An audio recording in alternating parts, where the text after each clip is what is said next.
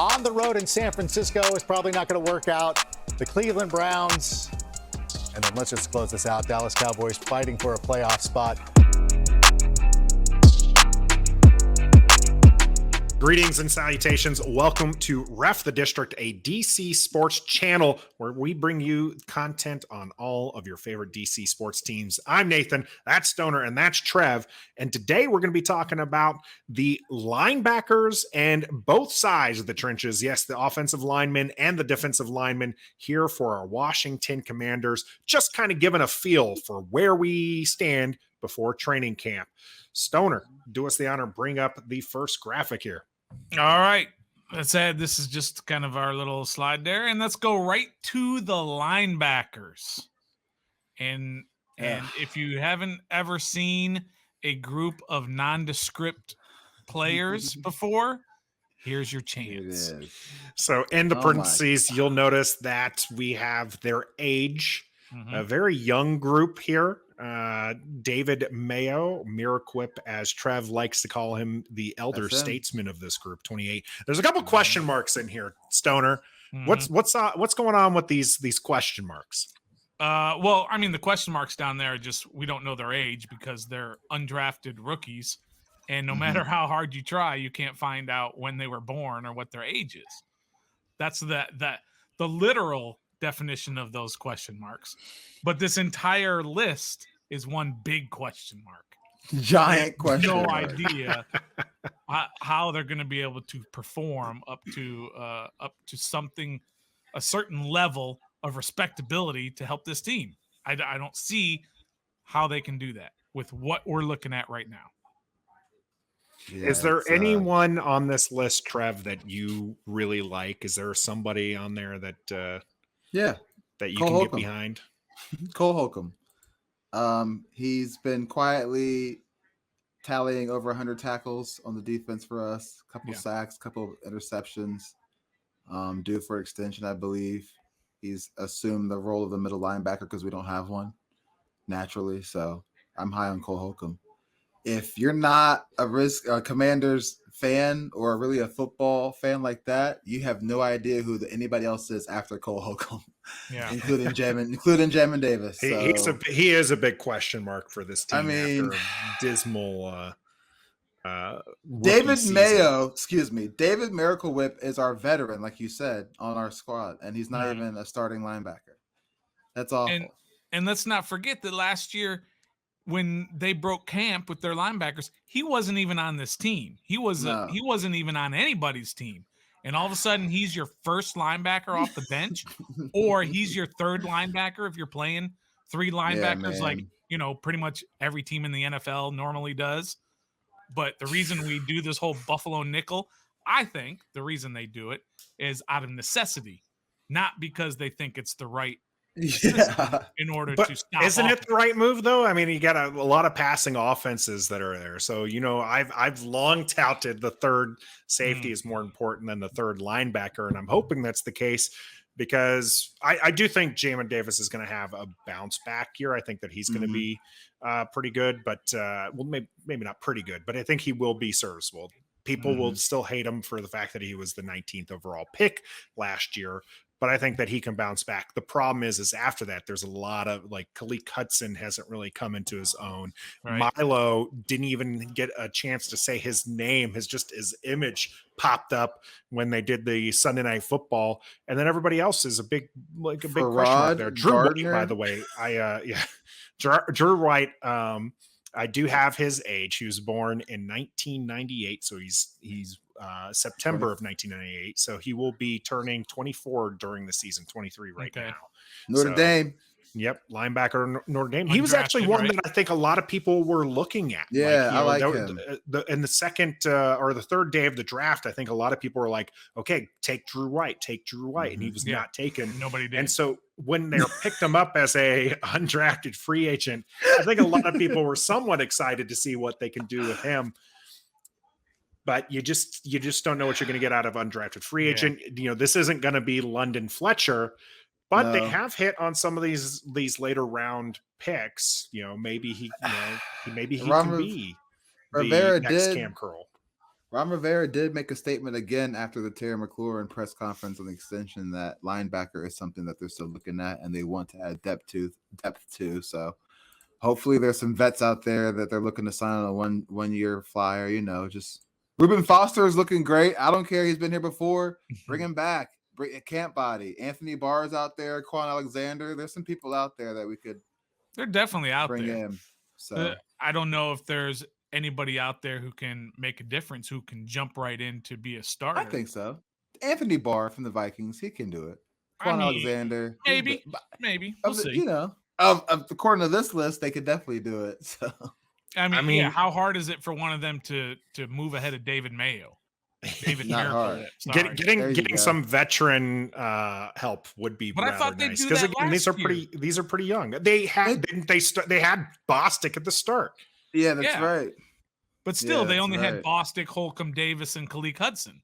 And everybody still said, need more linebacker depth, need more help. And they never did. And I thought all camp they were going to pick somebody up, and they didn't. And they haven't so far this year.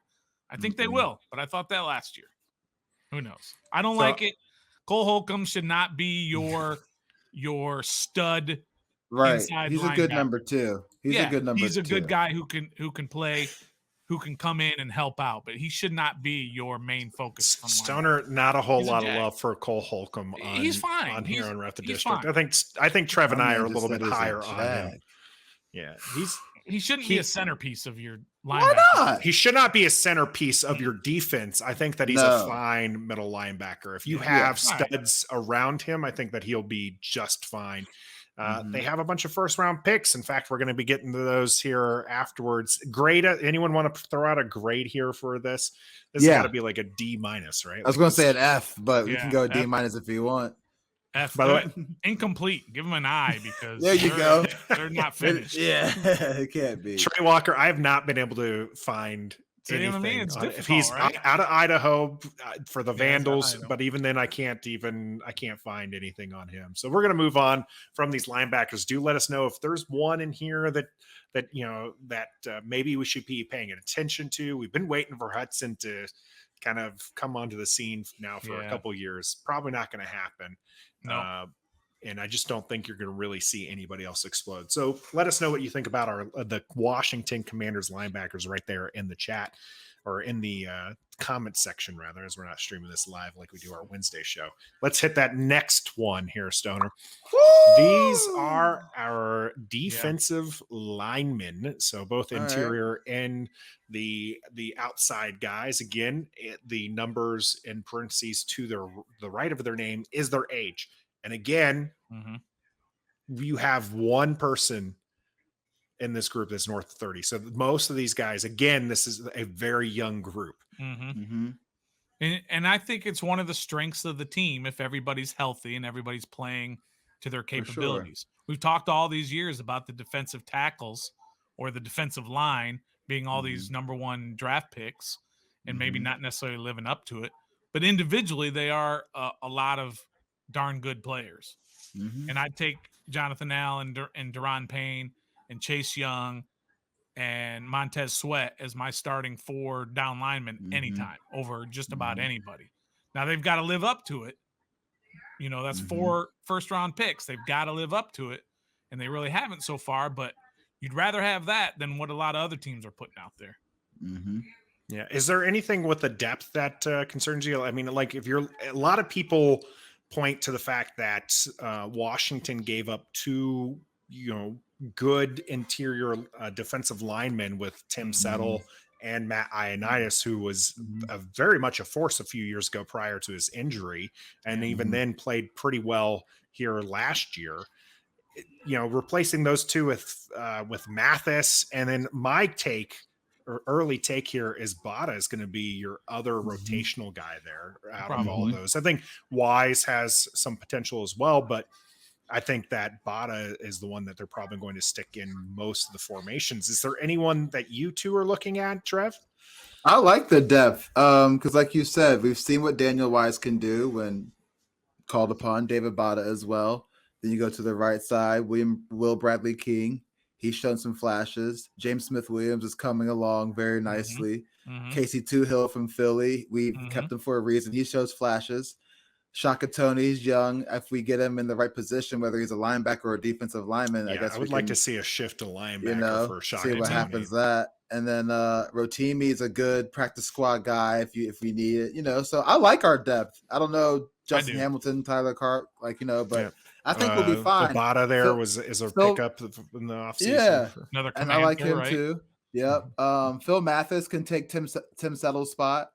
And then, Ioannidis is a huge loss, but at the same time, he was hurt half of his season's hit with us. So, it is what it is for that. But I'm cool with the depth. I like this group right here. I really do. If like Stoner said, if everybody's healthy, we should dominate the division at least. He absolutely should. And I like, I don't know that he's going to make the team or anything, but I like Jacob Panashuk just because he's a Spartan.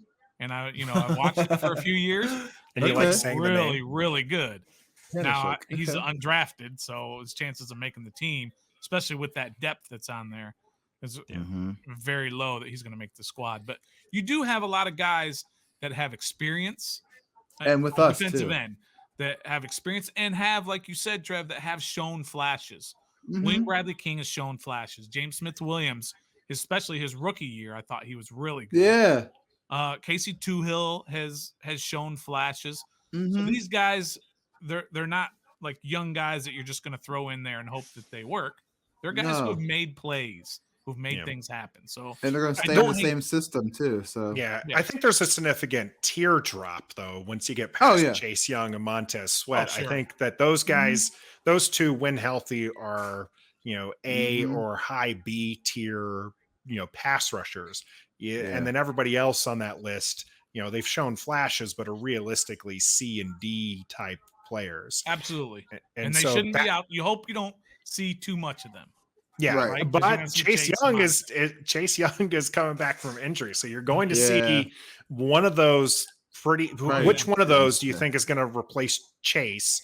I think until he comes back. You think Smith-Williams? I think Smith-Williams is the guy who's going to get most of the Chase Young snaps early on until he gets back. And Chase Young, we could do an entire 20-minute video on Chase Young and expectations and draft position and all this other stuff, which we won't. But let's just keep it at he's obviously a freak athlete, a super talented guy, and we hope that it translates on the field this year. I think he's going to get more sacks this year. Me too. Per game, because I'll hedge my bets a little bit here per game than he has his first two seasons. Yeah. Okay. I think that he's going to come back hungry. That's going to be my hot take there. I'll also go with either William Bradley King or Shaka Toney being the one who most comes in for while Chase Young is out. I like Shaka Toney. Obviously the eldest man here is probably here. He's a little bit small for defensive. I like him as he was a linebacker at Penn State, right? Wasn't he he excelled there. Specialized as a pass rusher. And so now he's kind of one of those, he's in a tweener body where his skill set in college is getting after the quarterback. And so you move him to the NFL and he's just too small, but with his skill set as a pass rusher, you just don't put him out there as linebacker. What's crazy is he was right beside Micah Parsons at Penn State, and he was doing pretty much the same thing Micah was doing, but now he comes here. Yeah. We're like, let's try him here. It's like, nah, dog.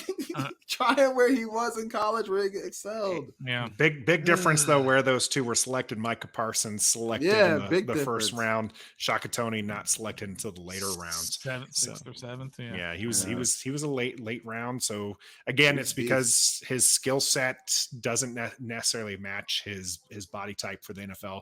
Hopefully we see some more out of Shaka Toney because I would like to see somebody coming up as a third quality pass rusher for the Commanders. All right, let's move on to the other big man, the offensive lineman. We got Sam Gosmi up here. Again, the ages are the ones in the brackets. Before I get too far, make sure you let us know what you think of those defensive linemen as we get into the offensive linemen. Now, this one, unlike the first two groups, actually have several people who've hit the 30 mark. And I think that's common with offensive linemen, right? They usually kind of mature and get better as they get older. Mhm. So yeah, I think I like my offensive linemen to be a little bit older. Yeah, they're a little bit more skilled and experienced, and not being able to be pushed around there. That's fair.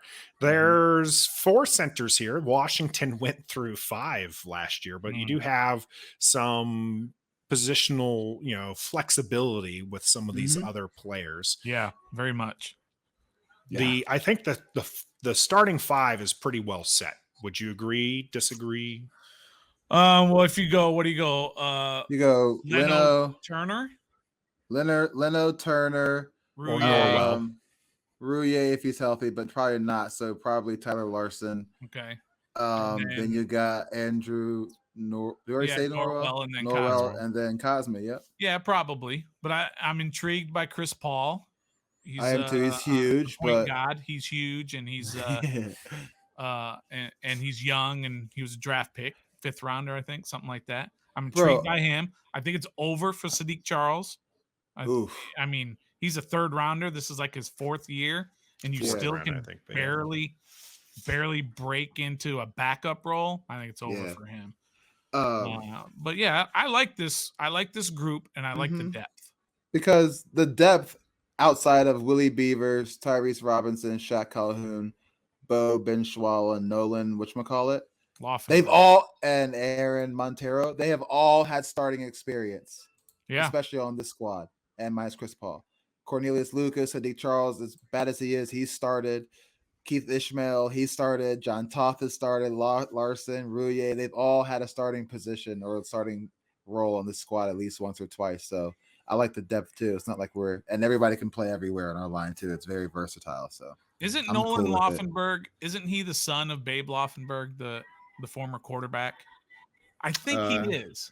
I think we're gonna have to look that one up. I did. I know that Charles 4th round pick. I was right on that one. 108 overall, by the way. Who is that? Sadiq Charles, 4th round. And he was. I liked him at LSU. I did. A lot of people thought that was a steal because he was being marked as a 1st round talent, but there was health issues, right? There was health and what? And maturity issues. Yes. Yeah. So, and I think we talked about the positional flexibility. I think a lot of people think that he can move to the inside, not necessarily on the outside. He's been abysmal when we've seen him. Yeah. So, but he could be, if he's not developing into a swing tackle, which is what his role would be, then see if you can't move him inside. I've seen a lot of people talk about some of the fact that his skill set might be better on the inside there. But, I mean, he's only 22 years old. You're telling me he's on his last string when we got a whole bunch of 30-year-olds. I just don't see that necessarily being the case. I wonder if I got that right. It doesn't seem like he could only be 22 if he's like in his 3rd year. I think it's his 3rd year, right? And you got to be 3 years removed from your high school. He was drafted in 2020. Date of birth, no, he's 22. It was 1999. Wow. He will be turning 23 here the 26th of July. So, by training camp, he should be 23 years old. So that means he was here when he was 20. He started very young. Yeah. And that's what I'm saying. I don't think they're willing to give up on him just yet. Right. I mean, he didn't flash like Sam Cosme, who looked absolutely the part of a right tackle. He's going to be great. So, and stay healthy. Think Leno or Leno, as some people refer to him as. Who calls him Leno? That's Trev always calls him Leno. I think that he's a solid left tackle for the team. Good to have that kind of signing. Good depth here. I like the big guys. I think that this is going to get whittled down to 10, and that's going to be a fairly difficult thing to do. And I would not be surprised to see Sadiq Charles leave on that regard, because you do have to whittle it down, but I think they're going to keep him. If they keep 10, we have 4 centers. Who are we keeping outside of Chase Rouye? Just him and Larson and maybe Ismail. Maybe. Yeah, you're going to stash somebody on the practice squad. And John Toth ain't going to be here? John Toth has got other opportunities. He does not mind getting cut. He can just go right to the runway. As long as it's on the face. That's right. As long as it's on the face, not the moneymaker. And by the way, if you want, you can go to the Commander's website right now or to Fanatics or however you get there for jerseys. You can get yourself a Tyrese Robinson jersey. Are you number serious? 79 if you want to. You absolutely can. I never heard of the dude. until I And was he's got a putting these jersey, together. bro? And he's got a jersey available, number 79. No, he doesn't. He does, absolutely. That's I just great. saw it. Somebody Is that an posted inkling it. that he made the squad? I think it's just one of those things where they're trying to get every dollar they can. I don't know. I think, number 79. I'm pulling this up. I gotta see this. Yeah, I got this it. is Yeah. on. This is on. Share this. Will you share that screen with us? Can you do that right now? Yeah, I can share it. I gotta see this. You know, He's out of Oklahoma. Hey, you should know that, Nathan. He's a rookie, but I'm just shocked to see the fact that he's got a. You tell me he's got a jersey. My man's got a jersey. Shout out Oklahoma one time. Corn Elder has a jersey. There you go. Okay. We're just giving jerseys to everybody. Yeah, man. My man, 7. Yo, that thing is $130. He ain't gonna be on the squad. That's jersey, man. That's just jerseys. For a Tyrese Roberts. Prospect grade of 5.66 is what he was. Yeah, that's the jersey. Drill 835, 20-yard shuttle 495. I mean, he might make it as that. I mean, he might if we're keeping 10. Who knows? Yeah, he's probably someone you stash on the practice squad. Sure. He's probably a practice squad guy. So you can stash your. Hey, I have a question right here. Developmental lineman there. This is the last group of the segment. You got any hot takes of a name that we might think will be there but will not be there after training camp? Oh, like a surprise cut? Yeah. Just here or on all three groups? Ooh, it's just right here. Yeah. I mean, we can go back. We can go back and look at the others. So surprise cut on each of these. How's that? Yeah, so first, starting with the offensive lineman, Sadiq Charles. I think he could find his way out the door. Because I don't see. I'm gonna go Keith. I'm gonna go Keith Ishmael. I don't know if that would be a surprise, but probably not a big surprise. I don't even think Sadiq Charles is that big of a surprise. You know, I'd say someone like Trey Turner would be a bigger surprise. Yeah, but that ain't happening. Yeah. Wes Schweitzer, that would be. I can see it. I can see it happening. Wes isn't happening. Fan base, they would lose their mind over Wes. So I guess Sadiq Charles qualifies. I guess because he's been here. He was drafted here, and Yeah, I guess that would be the probably the most likely, maybe out of the ones that would be surprising. Yeah. So, but I'll stick to my guns. Most surprising, but probably not as likely as Trey Turner's gets cut for some of these younger guys to maybe he's all beat up and it could be.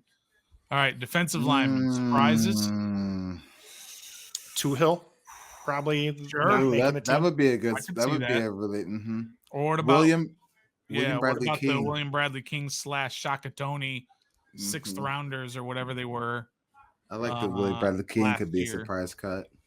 Those could be surprise cuts, or I don't know. Is Obata, is he one of those guys expected to make the team? I mean, they signed him as a vet presence. I think that they like him. But I mean, if you have William Bradley King, James Smith-Williams, Tuhill, Rotimi, and maybe even Tony, who are kind of showing those flashes, do you keep the old guy who's going to cost you more? Or are you going to keep these younger guys who shown they can play? So that's kind of what I was going with Turner is like you cut one of these vets. I don't think anyone expected on the offensive line for Eric Flowers to get cut. And no, it's right there he's gone. So some of these older ones probably taking the hit there.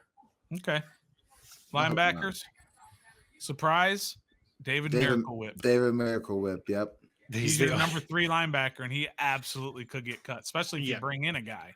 It's like, is there anyone who really would be a surprise if they don't make the team here? I mean, Khalid Hudson, that would be the only real surprise. Khalid Hudson kind of would be, just because. Sure, because he's still young, developing his 3rd year. But David Mayo's the highest one on this list. That would be like if he's cut, you really start to wonder like where we're at with some of these linebackers. But well, there's really no surprises. He'll get cut simply because they'll bring in another guy. Hopefully. Yeah. That could be the case. Yeah. Absolutely.